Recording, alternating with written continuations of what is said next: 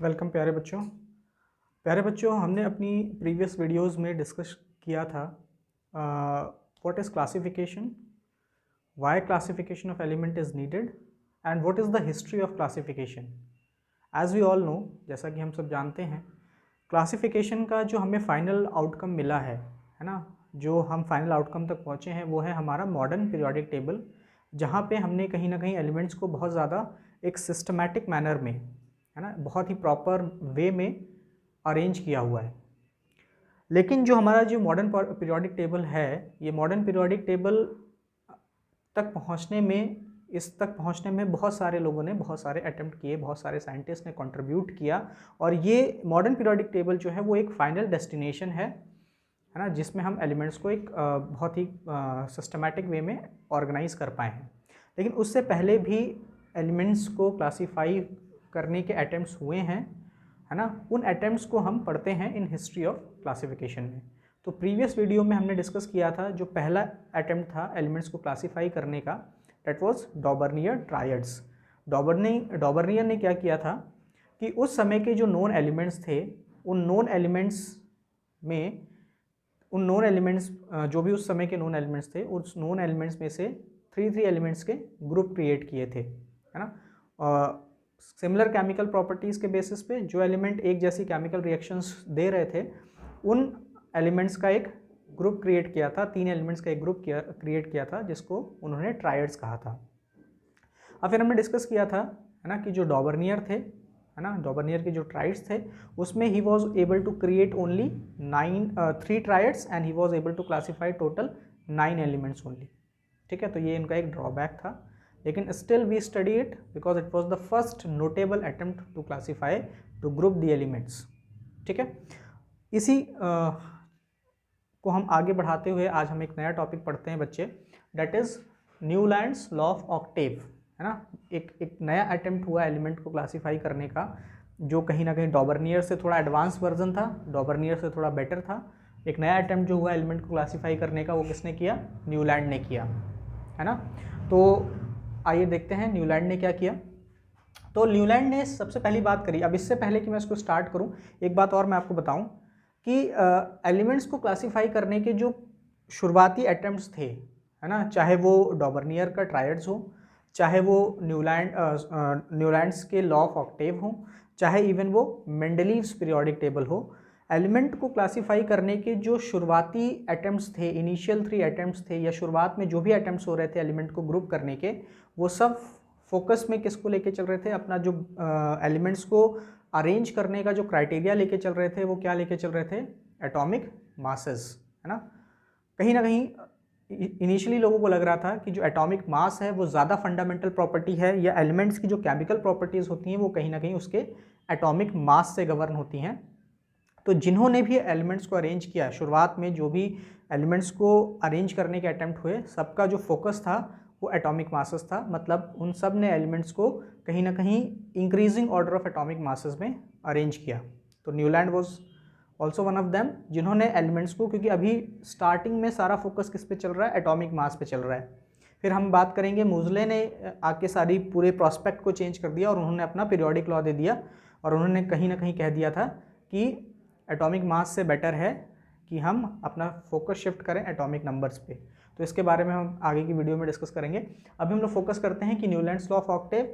तो न्यूलैंड का भी कहीं ना कहीं कहना था कि व्हेन एलिमेंट्स, है ना, न्यूलैंड का जो ऑक्टेव का नियम क्या था कि when the elements are arranged in increasing order of their atomic masses, है ना, when we arrange the elements in increasing order of their atomic masses, जब हम एलिमेंट्स को उनके एटॉमिक मास के बढ़ते हुए क्रम में लगाते हैं, इंक्रीजिंग ऑर्डर में लगाते हैं, तो what we find, then we find that the property of every 8th element will be same as that of first starting from anywhere, है ना।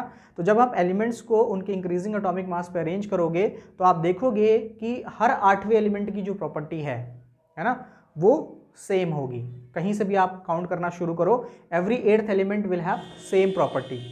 कहने का मतलब है कि हर 7वें एलिमेंट के बाद जो 8वां एलिमेंट आएगा उसकी प्रॉपर्टी सेम होगी, प्रॉपर्टीज रिपीटिशन होंगी। There will be a repetition of properties, properties का रिपीटिशन होगा, सिमिलर प्रॉपर्टीज रिपीट होंगी। किस इंटरवल के बाद? आफ्टर एवरी 7th एलिमेंट, है ना, the 8th element will show same property.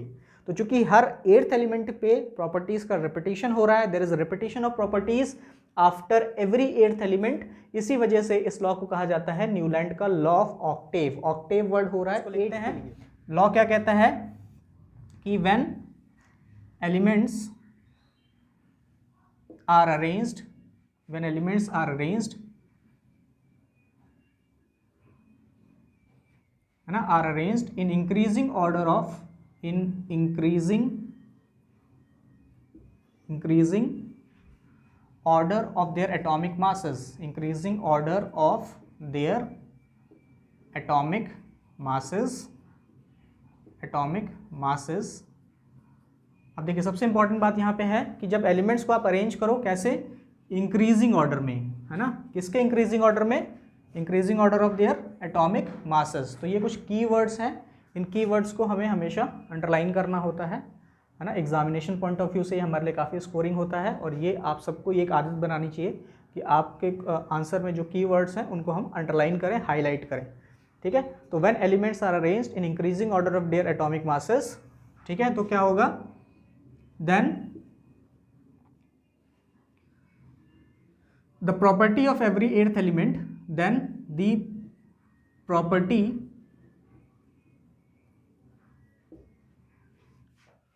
Of every 8th element. अब यहाँ पे देखिए ऑक्टेव क्यों हो रहा है, बिकॉज 8वें एलिमेंट की बात हो रही है। The property of every 8th element will B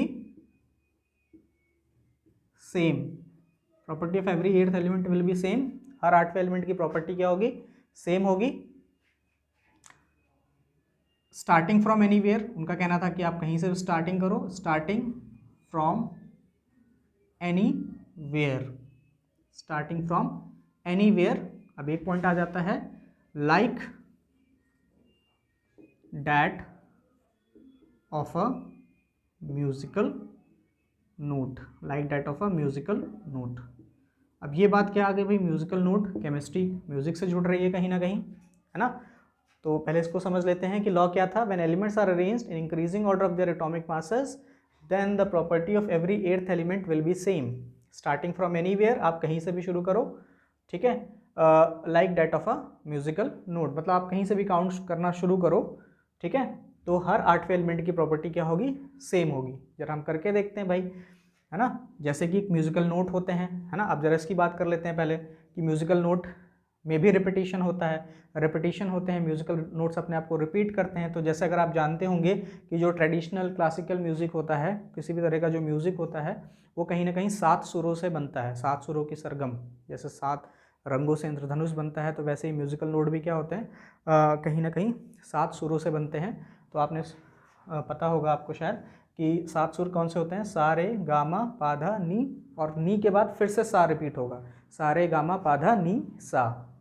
तो देखिए नी के बाद फिर से सा रिपीट हुआ, तो 7 म्यूजिकल नोट के बाद 8वां म्यूजिकल नोट क्या हो रहा है, रिपीट हो रहा है, रिपीटिशन है, ठीक है, म्यूजिकल नोट्स का रिपीटिशन हो रहा है। तो इनका भी यही कहना था, है ना, कि जब आप एलिमेंट्स को increasing order of atomic masses में अरेंज करते हो तो आप देखोगे कि हर 7 एलिमेंट के बाद जो 8वां एलिमेंट होगा वो अपनी प्रॉपर्टीज़ को कहीं ना कहीं रिपीट करेगा, या हर 8वें एलिमेंट की प्रॉपर्टी क्या होने लगेगी, कहीं ना कहीं उसमें सिमिलैरिटी होगी पहले एलिमेंट से, है ना। जैसे म्यूजिकल नोट में सिमिलैरिटी है, वैसे ही हर 8वें एलिमेंट की प्रॉपर्टी में क्या होगी, सिमिलैरिटी होगी, ठीक है। करके देखते हैं, जैसे इनका हम लगा के देखते हैं न्यूलैंड का लॉ ऑफ ऑक्टेव। जैसे फॉर एग्जांपल हम लिथियम से शुरू करते हैं और काउंट करते हैं 8वां एलिमेंट कौन सा होगा, तो lithium first, second, third, fourth, fifth, sixth, 7th, 8th, है ना। तो लिथियम से अगर काउंट करते हैं तो 8th एलिमेंट कौन सा आया, सोडियम आया, ठीक है। लिथियम से काउंट करने के बाद जो 7th के बाद जो 8th एलिमेंट आ रहा है ना, वो कौन सा है, सोडियम है।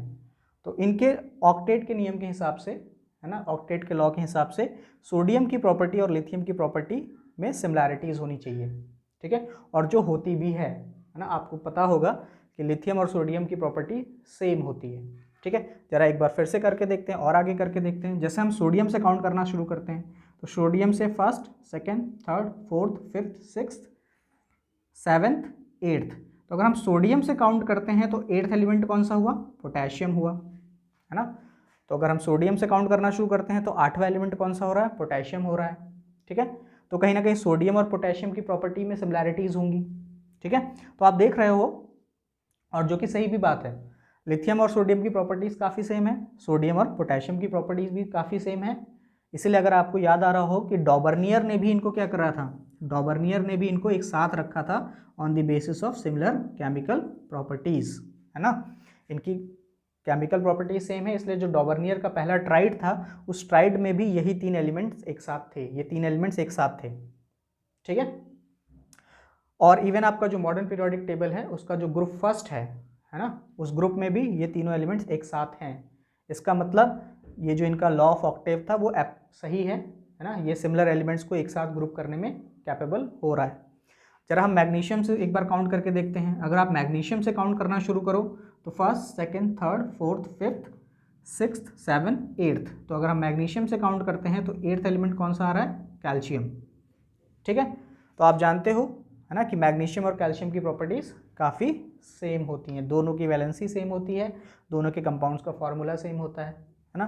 तो आप देख रहे हो कि 8th एलिमेंट, सिमिलर प्रॉपर्टी का 8th एलिमेंट क्या हो रहा है, रिपीट हो रहा है ना। हर 7वें एलिमेंट के बाद जो 8वां एलिमेंट आ रहा है वो सिमिलर प्रॉपर्टी शो कर रहा है। यही ये कहना चाहते थे कि जब आप एलिमेंट्स को अपने उनके increasing order of atomic mass में लगाओगे तो हर 8वें एलिमेंट की प्रॉपर्टी सेम होगी, कहीं से भी आप स्टार्ट करो, है ना। Like that of a musical note, मतलब जैसे म्यूजिकल नोट अपने आप को रिपीट करते हैं वैसे ही सिमिलर एलिमेंट्स, है ना, सिमिलर प्रॉपर्टीज़ के एलिमेंट भी अपने आप को रिपीट करना शुरू करेंगे, या एक फिक्स्ड एलिमेंट्स के बाद आपको सिमिलर प्रॉपर्टीज़ के एलिमेंट रिपीट होना शुरू हो जाएंगे, रिपीटिशन मिलने लगेगा आपको, ठीक है।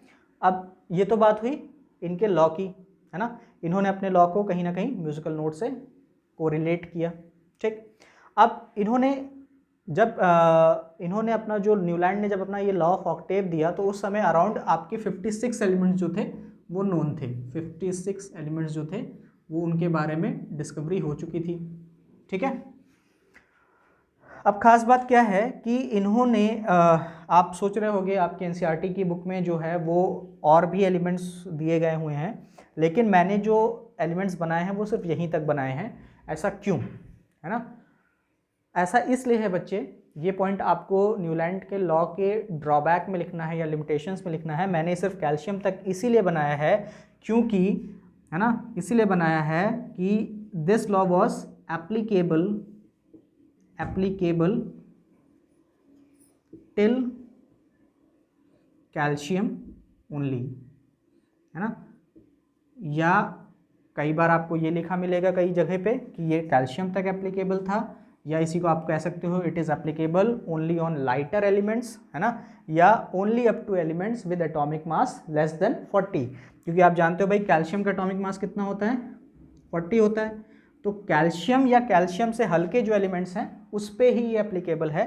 कैल्शियम के बियॉन्ड आप देखोगे, अगर आप ऑक्टेव का नियम लगाना शुरू करते हो, है ना, जो उन्होंने लगाया, तो आप देखो डिसिमिलर एलिमेंट्स आपको है ना, रिपीटिशन ऑफ प्रॉपर्टी नहीं मिलेगी, डिसिमिलर एलिमेंट्स एक साथ ग्रुप होना शुरू हो जाएंगे। अभी मैं करके भी दिखा देता हूँ, फिलहाल मैं यहाँ लिख देता हूँ कि ये इसका ड्रॉबैक क्या था, it was applicable till calcium only या ओनली ऑन लाइटर एलिमेंट्स, हल्के एलिमेंट्स जो थे, लाइटर एलिमेंट्स, हल्के एलिमेंट्स पे एप्लीकेबल था, whose atomic mass was less than 40 atomic mass units, ठीक है। तो ये हो गया इनका ड्रॉबैक, ठीक है। अगर आपसे कोई पूछे कि भाई न्यूलैंड के लॉ का ड्रॉबैक क्या था, तो दो मेन ड्रॉबैक था वो यही था, ठीक है। This is the major drawback, limitations, कमी, खामी जो थी कि वो कैल्शियम तक तो एप्लीकेबल था, लेकिन कैल्शियम के आगे अगर आप उसको लगाना चाहोगे तो वो फेल हो रहा था। जैसे मैं एग्जांपल दे दूं, है ना, अगर आप देखो जैसे इन्होंने कैल्शियम के बाद किसको रखा हुआ था, ठीक है, तो अभी मैं यहाँ पे बना देता हूँ। कैल्शियम के जस्ट बाद इन्होंने रखा है क्रोमियम को, फिर इन्होंने रखा है Ti को, फिर Mn को, ठीक है, और फिर Fe को, ठीक। मतलब यहाँ पे सल्फर के नीचे इन्होंने Fe रखा हुआ है। आप पूरा का पूरा जो है ना। इनका ऑक्टेव में जो इन्होंने एलिमेंट्स को अरेंज किया था वो आप देख सकते हो, आपकी एनसीईआरटी की बुक पे पेज नंबर 81 पे है ना। मैं सारा नहीं लिख रहा क्योंकि वो फिर बहुत बोर्ड काफ़ी भर जाएगा और हमें ज़रूरत भी नहीं है, क्योंकि ये जो लॉ था वो यहाँ तक ही एप्लीकेबल था। इसको यहाँ तक दिखाने का ही मतलब आपको ये है, मोटिव ये है कि आप ये जान सको कि ये जो लॉ था वो सिर्फ कैल्शियम तक एप्लीकेबल था, उसके बियॉन्ड ये एप्लीकेबल नहीं हो रहा था। कैसे, देखते हैं ज़रा कि कैसे नहीं एप्लीकेबल हो रहा था। चलिए अगर हम सल्फ़र से काउंट करना शुरू करते हैं, है ना, तो सल्फ़र फर्स्ट हो गया, फिर second, third, fourth, fifth, sixth, seventh. तो सेवन्थ के बाद जो एट्थ एलिमेंट आना चाहिए उसकी प्रॉपर्टी सिमिलर होनी चाहिए, हर 8वें एलिमेंट की प्रॉपर्टी सेम होनी चाहिए, है ना, सिमिलर होनी चाहिए। किसके अकॉर्डिंग, इस ऑक्टेव के अकॉर्डिंग, ऑक्टेव के नियम के अकॉर्डिंग। तो सल्फर के बाद, है ना, अगर हम सल्फर से काउंट करते हैं तो एट्थ एलिमेंट कौन सा बन रहा है, आयरन बन रहा है। तो आप खुद देख सकते हो, सीधे सीधे ये क्लियर हो रहा है कि यहाँ पे अगर आप इसके इनके ऑक्टेव के लॉ को लगा रहे हो तो that law is being failed, ये नियम जो है वो फेल हो रहा है ना। यहाँ तक तो ये जो एलिमेंट्स आ रहे थे वहाँ पर तो एप्लीकेबल था, लेकिन उसके बियॉन्ड जो एलिमेंट आ रहे हैं वो डिससिमिलर एलिमेंट क्लासीफाई हो रहे हैं, है ना। आप देखिए सल्फर एक नॉन मेटल होता है और आयरन एक बहुत ही, आप कह सकते हो, एक अच्छा मेटल होता है, ठीक है। तो ज़मीन आसमान का फ़र्क हो रहा है, सल्फर नॉन मेटल है, आयरन एक मेटल है। तो now no longer the property of every eighth element is same, है ना। सल्फर और आयरन की प्रॉपर्टी में काफ़ी डिफरेंस है। तो इसका मतलब ये एक ऐसा रीजन है जहाँ तक इनका जो एप्लीकेबल हो रहा है ना, कैल्शियम तक तो इनका लॉ एप्लीकेबल हो रहा है, लेकिन अगर कैल्शियम के बियॉन्ड आप इनके लॉ को लगाते हो तो आप देखोगे dissimilar elements are being group together, और जो हम नहीं चाहते, है ना। क्लासिफिकेशन का एम क्या होता है, सिमिलर एलिमेंट्स को ग्रुप करना, है ना। तो उनका ये जो इनका जो यही ड्रॉबैक आता है कि इनका जो ऑक्टेव का लॉ था, है ना, वो कुछ एलिमेंट्स पे, उस समय के जो डिस्कवर्ड एलिमेंट्स थे उस पर कुछ पे अप्लाई हो रहा था, सारों पे अप्लाई नहीं हो रहा था। कैल्शियम तक अप्लाई हो रहा था, है ना। कैल्शियम एक लाइटर एलिमेंट है जिसका एटॉमिक मास 40 है। तो कैल्शियम या कैल्शियम से कम जिनका एटॉमिक मास है वहाँ तक तो ये एलिमेंट एप्लीकेबल हो रहा है, लेकिन उसके आगे अगर आप इसको लगाते हो तो आप देखोगे कि, है ना, डिससिमिलर एलिमेंट्स एक साथ ग्रुप होना शुरू हो रहे हैं, है ना। जैसे यहाँ पे भी अगर आप फॉस्फोरस से काउंट करना शुरू करो तो first, second, third, fourth, fifth, sixth, seventh, eighth phosphorus और मैग्नीज एक साथ आ रहे हैं। फिर वही बात, फॉस्फोरस एक नॉन मेटल है और मैग्नीज एक मेटल है ना। तो सिमिलर एलिमेंट्स एक साथ ग्रुप नहीं हो रहे हैं, तो इसका मतलब ये लॉ फेल हो रहा है, क्योंकि क्लासिफिकेशन में हम क्या चाहते हैं, सिमिलर एलिमेंट्स को ग्रुप करना चाहते हैं, डिससिमिलर एलिमेंट्स को ग्रुप करना नहीं चाह रहे हैं, ठीक है। तो इसके आगे आप कहीं पे भी इसको लगाओगे तो ये जो लॉ है वो एप्लीकेबल नहीं है। यहाँ तक तो एप्लीकेबल है, इसके आगे ये लॉ एप्लीकेबल नहीं है। तो ये है आपका मेजर ड्रॉबैक, है ना, ल्यूलैंड का जो ऑक्टेव का नियम था वो ये है। इसमें यही पूछा भी जाता है, what is law of Octave, है ना, and what was it's drawback, है ना। तो ऑक्टेव का नियम क्या था और उसका ड्रॉबैक क्या था, मेनली यही पूछा जाता है, ठीक है। तो आई होप बच्चों ये आपको क्लियर हुआ होगा, ठीक है। नेक्स्ट वीडियो में हम लोग मेंडलीव का जो पीरियोडिक टेबल है उसके बारे में बात करेंगे, ठीक है बच्चों। चलिए, तो इसी के साथ वीडियो को यहीं पे ख़त्म करते हैं। Thank you for watching, have a nice day, thank you.